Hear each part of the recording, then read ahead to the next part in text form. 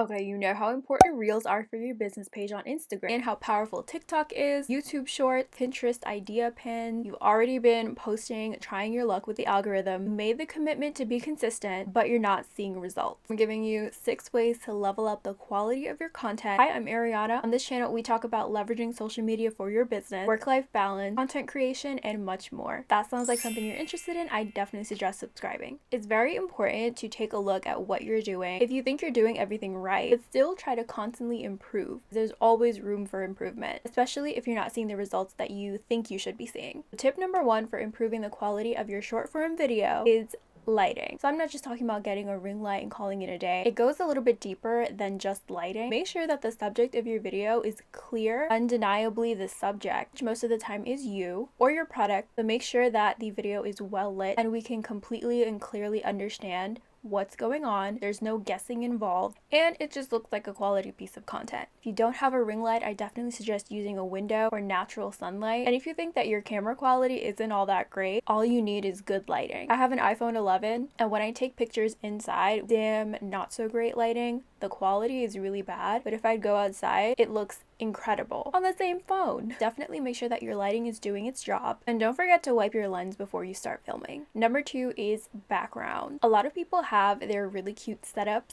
How cute is this? They have their kind of little studio space in their home, in their apartment, which means that your background doesn't have to be different every single time. All it has to do is not be distracting. Going back to the first tip, your subject should be clear and undeniably the subject of the video. If you have a lot of distracting things in the background, ultimately just lessens the quality of your video. This can even just be a cleared up table or just a plain wall in the background. Also, having the same background in every single video just gives you more of a brand presence, and when people constantly see the same thing over and over again but in different trends, understand that it's you who's popping up on their feed, and those loyal community members, those loyal followers will definitely engage. Number 3, we're talking about lip syncing. When people post videos of lip syncing reels or TikToks and it's just a tad delayed, it definitely lessens the quality of the video. I'm not saying that you need to be 100% perfect in all of the videos that you film, because authenticity is very important, but getting your lip syncing down can definitely raise the impact of your video. Try practicing a couple times before you press record when you do put on the timer feature on TikTok or Instagram.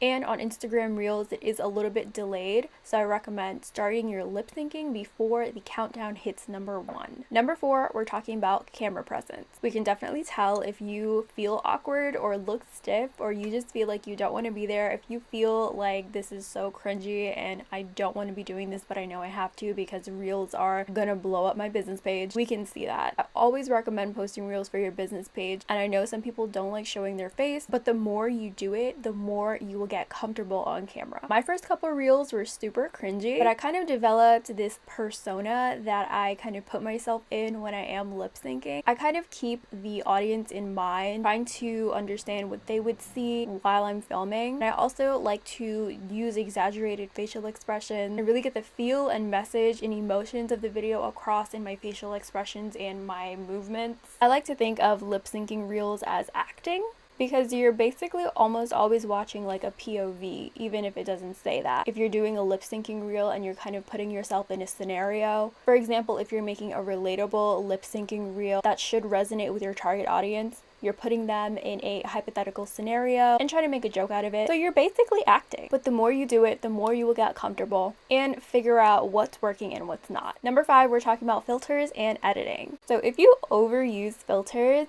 it can definitely be very distracting and give off kind of like a tacky feeling. As I said before, authenticity is very important. People are tired of seeing filters, and if you're trying to make a video that has a message, having it heavily filtered can definitely be distracting and take away from what you're trying to say. So I'm not saying not to use any skin softening filters, you can definitely do that, but just don't go overboard. I'm also kind of talking about the saturation of your background, the colors. If it's a little bit too harsh, a little bit too unrealistic, it will get borderline tacky. A lot of high quality content creators don't really use all of that crazy editing and crazy filters, but if you do, make sure you do it in a tasteful way. Moving on to editing, there is such a thing as over editing. If you add a bunch of transitions where you can't even see what the subject of the video is about because it keeps sliding left and right, people are just going to scroll. And this can also be very distracting. So just keep it simple and keep the viewer in mind when you are creating these videos. And tip number 6 is dead air time. If you are doing a voiceover video, if you are talking to the camera, make sure that what you're saying is important. There should be no blank spaces, no random pauses. Get to the juicy stuff and get to it fast. 15-second reel or TikTok can be so juicy, so valuable. If you have dead airtime in there, people are just gonna get bored and scroll away. So make sure you get to the point and stick to it. Even if you are filming a video of your product, anything that you think doesn't need to be in the video, take it out. If you found this video helpful, please leave a like down below. It definitely helps me out. I highly suggest subscribing if you are interested in topics like these. That was it for today's video. I really hope that you enjoyed it, and I will see you guys next time. Bye!